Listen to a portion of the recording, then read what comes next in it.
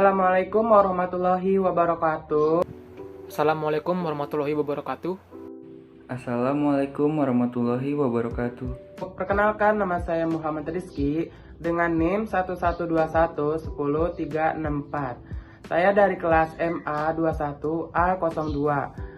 Kami dari kelompok 9 dengan mata kuliah Pancasila. Perkenalkan, nama saya Gilbert Alexander Saputra dengan NIM 112110351, kelas MA 21A02, dan saya dari kelompok 9 mata kuliah Pancasila. Perkenalkan, nama saya Rizky Ari Pradana dengan NIM 112110361, kelas MA 21A02, dan saya dari kelompok 9 mata kuliah Pancasila. Nah, di sini kami akan menyampaikan materi yang kami dapat tentang geostrategi Indonesia. Pengertian geostrategi Indonesia berasal dari kata geografi, dan strategi geografi menunjukkan kepada ruang hidup nasional, wadah atau tempat hidupnya bangsa dan negara Indonesia. Strategi diartikan sebagai ilmu dan seni menggunakan semua sumber daya bangsa. Kebijaksanaan tertentu dalam keadaan perang dan damai. Wujud geostrategi Indonesia guna wujudkan cita-cita proklamasi dan tujuan nasional yang telah diamatkan oleh pembukaan Undang-Undang 1945. Diperlukan suatu rumusan strategi yang dianggap mampu menciptakan masa depan yang aman dan sejahtera. Geostrategi Indonesia dirumuskan bukan untuk kepentingan politik menguasai bangsa lain atau perang, tetapi sebagai kondisi metode dan doktrin untuk mengembangkan potensi ketentuan nasional di dalam melaksanakan pembangunan guna melaksanakan amanat pembuka Undang-Undang 1945. Di dalam mewujudkan cita-cita proklamasi bangsa Indonesia yang merdeka, bersatu, berdaulat, dan adil dan makmur. Serta wujud nasional melindungi segenap bangsa Indonesia dan seluruh tumpah darah Indonesia, dan untuk mewujudkan kesejahteraan umum, mencerdaskan hidup kebangsa, dan ikut melaksanakan ketertiban di dunia yang berdasarkan kemerdekaan, perdamaian abadi, dan keadilan. Sejarah dan konsep ketahanan nasional Republik Indonesia.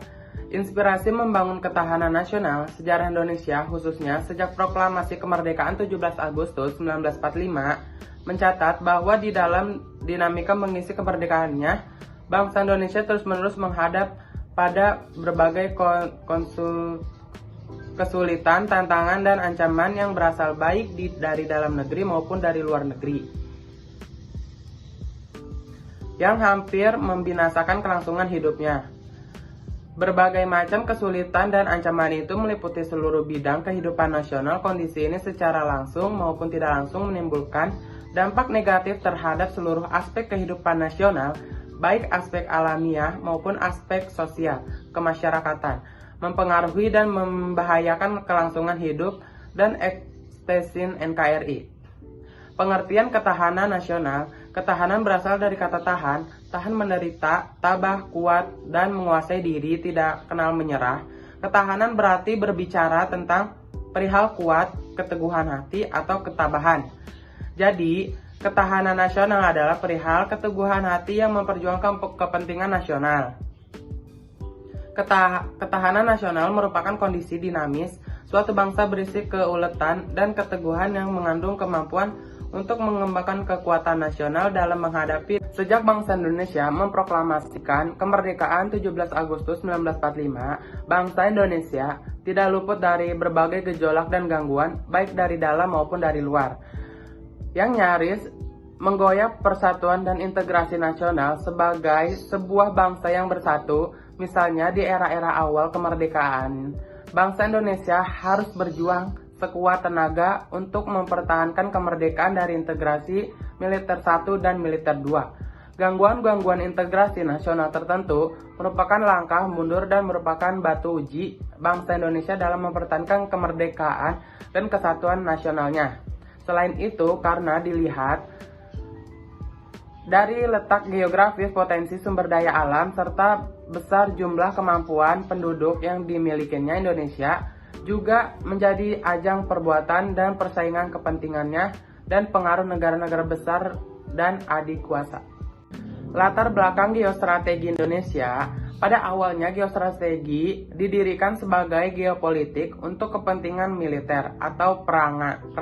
Di Indonesia, geostrategi diartikan sebagai metode untuk mewujudkan cita-cita proklamasi sebagaimana tercantum dalam Muqiddah Undang-Undang 1945 melalui proses pembangunan nasional. Karena tujuan itulah maka ia menjadi doktrin pembangunan dan diberi nama ketahanan nasional. Aspek-aspek yang dilihat dari geostrategi Indonesia adalah aspek ideologi dan konstitusi, aspek kewaspadaan, aspek sosial budaya dan agama, aspek sosial politik dan pendagri termasuk pemerintah daerah, dan aspek perekonomian. Salah satu cara untuk melakukan strateginya adalah dan demokrasi keragaman. Walaupun demokrasi bukan satu-satunya cara, hanya salah satu cara yang ditempuh Indonesia. Tujuan geostrategi Indonesia. Tujuan geostrategi Indonesia adalah menyusun dan mengembangkan potensi kekuatan nasional, baik yang berbasis pada aspek ideologi, politik, sosial budaya, dan hankam, dan aspek-aspek alamiah bagi upaya pelestarian dan eksistensi hidup negara dan bangsa untuk mewujudkan cita-cita proklamasi dan tujuan nasional. Menunjang tugas pokok pemerintahan Indonesia dalam 1. Menegakkan hukum dan ketertiban. 2. Terwujudnya kesejahteraan dan kemakmuran. 3. Terselenggaranya pertahanan dan keamanan. 4. Terwujudnya keadilan hukum dan keadilan sosial. 5. Tersedianya kesempatan rakyat untuk mengaktualisasi diri. Fungsi geostrategi. Fungsinya ialah daya tangkal terhadap segala bentuk ancaman, gangguan, hambatan, dan tantangan terhadap identitas, integritas, eksistensi bangsa Indonesia dalam bermacam aspek. Geostrategi Indonesia ini memiliki fungsi sebagai daya tangkal. Dalam kedudukannya, itu yakni sebagai konsep penangkalan. Geostrategi untuk pada Indonesia tersebut ditujukan untuk kemudian menangkal segala macam bentuk hambatan, ancaman, gangguan, serta juga tantangan atau permasalah terhadap suatu eksistensi bangsa, identitas, serta juga negara Indonesia dalam aspek 1. Ketahanan pada aspek ideologi. 2. Ketahanan pada aspek politik. 3. Ketahanan pada aspek ekonomi. 4. Ketahanan pada aspek sosial budaya. Dan kelima adalah ketahanan pada aspek pertahanan keamanan. Konsep dasar geostrategi Indonesia atau ketahanan nasional pada hakikatnya bukan mengembangkan kekuatan untuk penguasaan terhadap wilayah di luar Indonesia atau untuk ekspansi terhadap negara lain, tetapi konsep geostrategi yang didasarkan pada kondisi metode atau cara untuk mengembangkan potensi kekuatan nasional yang ditunjukkan untuk pengamanan dan menjaga keutuhan kedaulatan negara Indonesia dan pembangunan nasional dari kemungkinan gangguan yang datang dari dalam maupun dari luar negeri. Konsep geostrategi Indonesia pertama kali dilontarkan oleh Bung Karno pada tanggal 10 Juni 1948 di Kota Raja. Namun pada faktanya, gagasan ini kurang dikembangkan oleh para pejabat bawahan. Karena seperti yang kita ketahui, wilayah yang cari diduduki oleh Belanda pada akhir Desember 1948, sehingga kurang berpengaruh dan akhirnya setelah pengakuan kemerdekaan 1950, garis pembangunan politik berupa Nation and Character and Building yang merupakan wujud tidak langsung dari geostrategi Indonesia, yakni sebagai pembangunan jiwa bangsa. Komponen strategi Astragatra merupakan perangkat hubungan bidang-bidang kehidupan manusia dan budaya yang berlangsung di atas bumi ini. Dengan memanfaatkan dan menggunakan secara memadai segala komponen strategi tersebut, dapat dicapai peningkatan dan pengembangan kemampuan nasional. Trigatra. Komponen strategi Trigatra ialah gatra geografi, sumber kekayaan alam, dan penduduk. Trigatra merupakan kelompok gatra yang tangible atau bersifat kehidupan alamiah. Pancagatra. Komponen strategi Pancagatra adalah gatra ideologi, politik, ekonomi, sosial, budaya, dan pertahanan keamanan. Pancagatra merupakan kelompok gatra intangible atau bersifat kehidupan sosial. Hubungan komponen strategi antar gatra. A. Hubungan antar gatra di dalam Trigatra. 1. Gatra geografi dan sumber kekayaan alam. Situasi dan kondisi geografi sangat mempengaruhi jenis, kualitas, kuantitas, dan persebaran kekayaan alam, dan sebaliknya sumber kekayaan alam dapat mempengaruhi kondisi geografi sehingga akan mempengaruhi sistem perencanaan dan penggunaan sumber kekayaan alam dan faktor geografinya. 2. Hubungan geografi dan penduduk. Distribusi penduduk sangat mempengaruhi langsung ketahanan nasional. Demikian juga geografi mempengaruhi mata pencarian penduduk. Sistem perencanaan program transmigrasi dan pengembangan sentra-sentra bisnis di berbagai kota di Indonesia mempengaruhi penyebaran penduduk. 3. Hubungan sumber kekayaan alam dan penduduk. Sumber kekayaan alam dirasakan manfaatnya apabila diolah oleh penduduk yang memiliki kemampuan dan teknologi untuk itu. Sistem perencanaan dan pendayagunaan potensi penduduk berkontribusi terhadap pemilikan keahlian dan keterampilan di dalam mengolah, mengatur, dan melestarikan sumber daya alam yang ada di Indonesia untuk kesejahteraan bangsa dan negara. Implementasi geostrategi Indonesia. Mengingat bahwa Indonesia merupakan negara kepulauan terbesar di dunia dengan lebih dari 17.000 pulau, maka tidak dapat disanggah lagi bahwa kebutuhan akan komunikasi dan informasi sangatlah penting.